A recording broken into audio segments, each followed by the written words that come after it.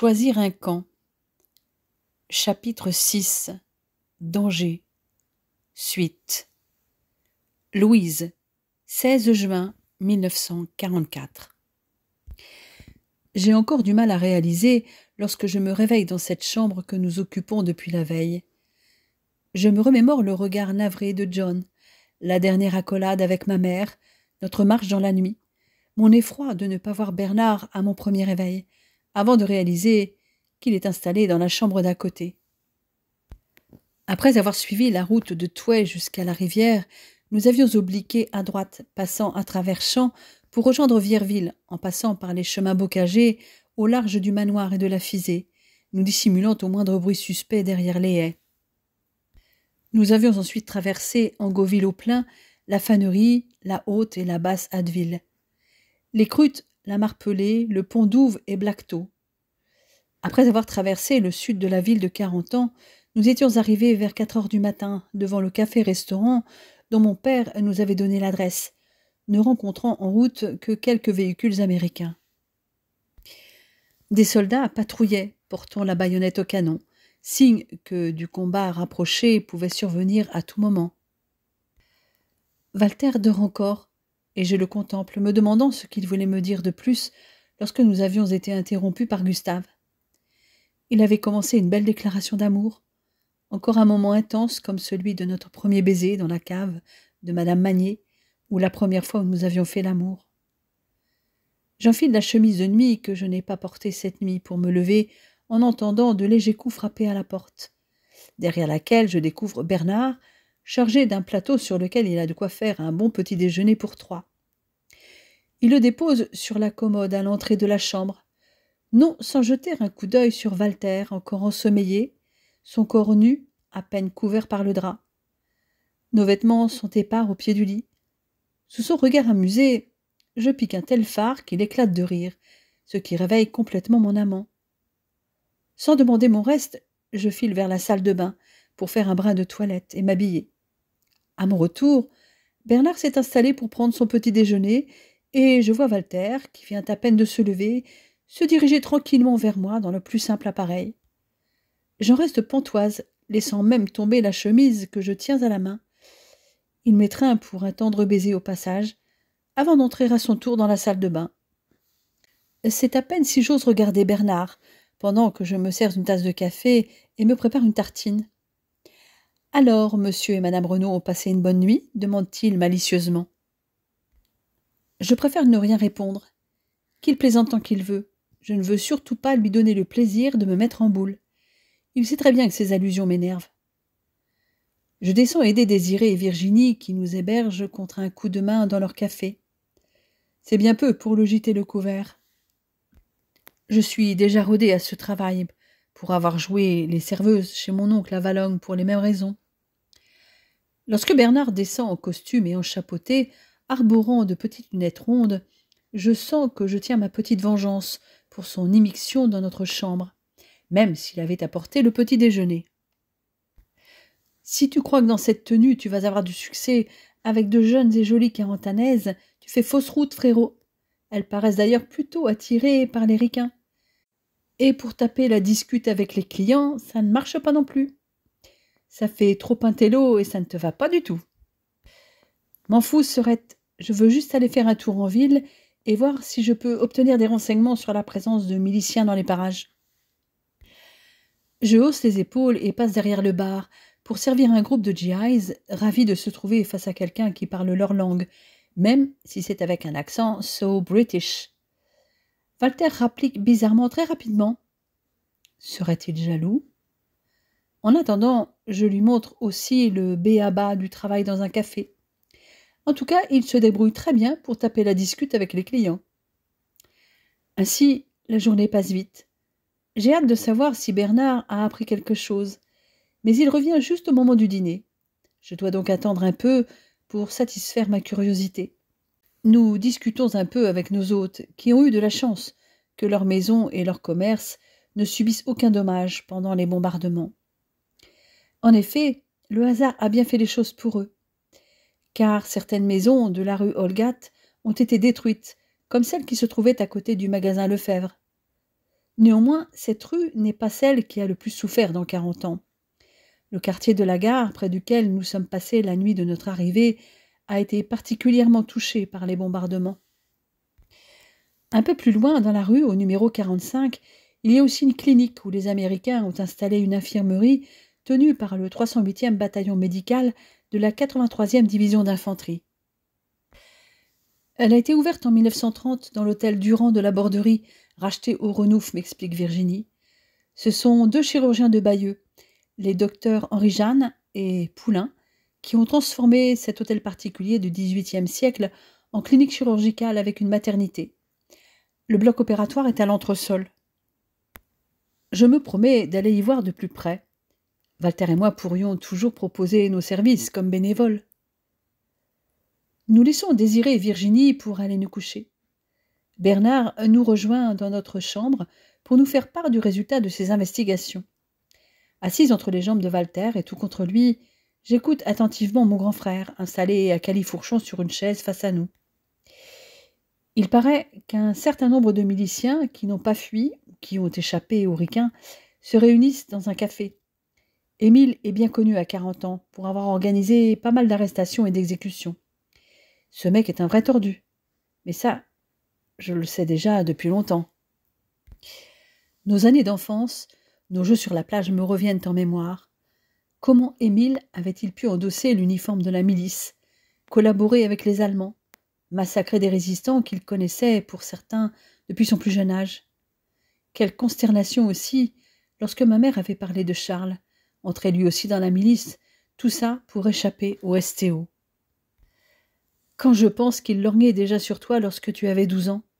Heureusement que j'ai réussi à l'en dissuader cette année-là sur la plage, précise Bernard. Quoi? Réagis-je.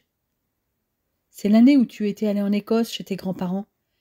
Il y avait longtemps qu'il avait repéré combien tu devenais jolie, et il avait décidé de... Enfin, tu vois. Je rougis comme une pivoine à cette évocation. Si tu avais entendu ce qu'il disait qu'il te ferait, c'était écœurant. Ce type est un véritable obsédé. Charles m'avait aidé à le raisonner ce jour-là. Walter voit bien que cette révélation me bouleverse et me prend dans ses bras. Je me laisse aller contre lui, le temps de me ressaisir. Toutes ces informations me laissent soucieuse.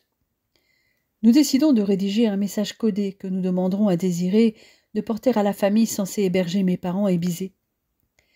Nous nous accordons pour rester très discrets dans les jours à venir, tout en essayant d'obtenir des informations supplémentaires sur nos ennemis. J'entends des bruits de voix dehors. Ça se voit que nous sommes en ville. Les soirées sont animées. Comme tu le disais ce matin, les ricains ont beaucoup sympathisé avec les jeunes filles de 40 ans. Et ils prennent du bon temps, annonce Bernard. J'avais oublié que la ville étant libérée, les gens osent maintenant sortir de chez eux, aller chez des amis, papoter avec leurs voisins sur le pas de leur porte. Ils ont envie de reprendre une vie normale, après 4 années d'occupation. Je me demande quand nous pourrons le faire. Quand Bernard nous souhaite une bonne nuit avant de rejoindre sa chambre, je le préviens que demain, ce sera Walter ou moi qui viendra le chercher dans sa chambre pour le petit déjeuner. Je n'ai pas envie qu'il nous surprenne de nouveau. Louise, 19 juin 1944. Chaque matin, je me réveille fatiguée.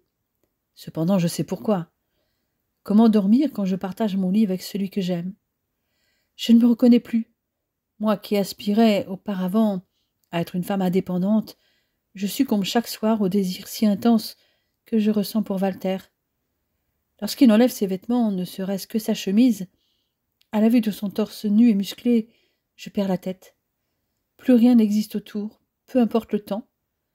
Tout ce que je veux, c'est l'aimer, frissonner sous ses caresses, sur ma peau nue, que nous ne fassions qu'un. Les yeux dans les yeux, nos corps entremêlés se répondent, haletants mais heureux. Lorsque je tente de me lever sans grand enthousiasme, Walter me retient et m'attire de nouveau à lui, me disant que nous avons le temps. Je lui cède volontiers. Notre faim l'un de l'autre semble insatiable. C'est un Bernard grognon qui frappe à la porte pour nous réveiller à 8 heures. Ses ronchonnements, lorsqu'il entre avec notre accord, me font éclater de rire quand il nous trouve en pleine bataille d'oreiller parce que j'ai subtilisé la chemise de Walter pour l'empêcher de finir de s'habiller. En fait, c'est au tour de mon amoureux de se rendre en ville, à la pêche aux informations, et je n'ai pas envie de le laisser partir. Mon cœur se serre tellement, je suis anxieuse. Je le retiens encore au moment où il part. Fais attention à toi, mon amour, lui susurrai-je en lui caressant tendrement le visage. Après un dernier baiser, je suis bien obligée de le lâcher. Heureusement, je suis occupée par le travail avec Virginie, pendant que Bernard donne un coup de main à Désiré. Après le déjeuner, je vais me reposer un peu dans la chambre, suivie par Bernard, car Walter ne veut pas que je reste seule même un instant. J'imagine que tu préférerais passer du temps avec ton homme, me déclare Bernard, conscient de mon agacement. Si c'est toujours moi qui vadrouille en ville, ça risque de sembler louche, et nous ne devons surtout pas nous faire remarquer. Je sais, tu n'es pas responsable de cette situation. En revanche, est-ce que tu pourrais nous lâcher la grappe de temps en temps? C'est parfois pesant. Oh, Serette, tu sais bien que je ne fais ça que pour vous taquiner. Il n'y a rien de méchant. C'est parce que je vous aime bien tous les deux. Je sais, grâce à toi, ce que Walter a enduré, et grâce à toi, il va mieux. Je le considère comme un grand frère. Comme toi, tu es devenue ma petite sœur. Mais ok, je vais essayer de faire attention. En fin d'après-midi, j'ai l'agréable surprise de voir débarquer John avec d'autres GIs de son régiment. Je ne l'avais pas revu depuis le 14 juin. Il me parle de la libération de la ville à laquelle il a participé, car après celle de Sainte-Marie-du-Mont et d'autres villages, si la 4e division d'infanterie américaine s'était dirigée vers l'ouest et le nord du Cotentin dans l'objectif de libérer Cherbourg, le 506e régiment de parachutistes avait pris la direction de Carentan. Les Allemands avaient contre-attaqué depuis cette ville en direction de Brucheville, mais les parachutistes américains du 501e étaient parvenus à s'emparer de plusieurs ponts sur la Douve, au nord de la ville, excepté celui de la route nationale 13. Jusqu'au 9 juin, ils s'étaient réorganisés pour sécuriser l'intégralité des passages sur la Douve, afin d'assurer leur liberté d'action, pendant que de son côté, le 6e régiment de parachutistes allemands, rattaché à la 91e division d'infanterie, préparait la défense de Carentan. Le 506e était chargé de contourner Carentan par l'ouest, puis d'attaquer depuis le sud-ouest. Le 10 juin, le 3e bataillon du 502e régiment de parachutistes avait réussi à réaliser une brèche, mais avait été pris à partie depuis une ferme proche du 4e pont sur l'Ouve, subissant de lourdes pertes du fait de l'artillerie allemande et des Stukas. Les Boys n'en étaient venus à bout que le lendemain à la faveur de la nuit. Les Allemands s'étaient repliés au sud, laissant uniquement une arrière-garde dans la commune afin de retarder au maximum la progression des Américains. Le parachutage de munitions organisé par la Luftwaffe dans la nuit du 11 au 12 juin était arrivé trop tard. Pendant ce temps, le 327e régiment d'infanterie aéroportée et le 501e régiment de parachutistes effectuaient un mouvement tournant pour attaquer depuis l'est. De son côté, le 506e avait progressé pendant la nuit en direction du sud-ouest de Carentan et atteint le hameau de la Billonnerie aux environs de 5 heures le 12 juin, et le 501e avait installé une couverture sur la route de Perrier. L'attaque simultanée du 506e et du 327e avait fait face à une résistance sporadique de la part de l'arrière-garde des parachutistes allemands qui avaient ralenti leur progression. Il a fallu en plus qu'avec les gars du 506e, nous nous portions au secours de notre état-major qui s'était infiltré par erreur derrière les lignes ennemies pendant la nuit et s'était fait encercler par les Allemands, ironise John, comme si nous n'avions pas assez à faire. Le 501e s'est lui aussi battu furieusement et a même demandé l'appui d'un tir d'artillerie au risque que les gars se fassent tuer par nos propres obus. Mais ça a fonctionné et les Allemands se sont repliés. Il poursuit en m'expliquant les laborieuses opérations de nettoyage des habitations nécessaires avant de considérer la ville comme libérée, sans toutefois être éloigné de tout danger. En effet, le 501e et le 506e, déployés vers le sud-ouest de Carentan durant l'après-midi, s'étaient retrouvés face aux parachutistes allemands renforcés par des blindés de l'infanterie appartenant à la 17e SS Panzer Division. Nous avons sérieusement trinqué sous leur violente attaque, et nous avons même reculé jusqu'à 500 mètres de distance de Carentan. Il a fallu déployer les Sherman pour repousser les Allemands environ 1 kilomètre au-delà de l'emplacement de la ligne de front et sauver nombre de nos parachutistes, parfois encerclés. Je comprends que ce n'était qu'au soir du 13 juin que 40 ans avaient été définitivement hors de portée des Allemands, malgré des tirs d'artillerie irréguliers durant les jours suivants. Je ne rêvais donc pas quand j'entendais des tirs au loin. L'amour de ma vie rentre alors que John finit de me parler de cette bataille qu'il appelle Bloody Gulch. Je me précipite dans ses bras sous l'œil amusé du lieutenant américain, avant que les deux hommes trinquent à la libération de la ville avec les autres GIs accompagnant le lieutenant. Je fais semblant d'ignorer l'enveloppe que John remet à Walter.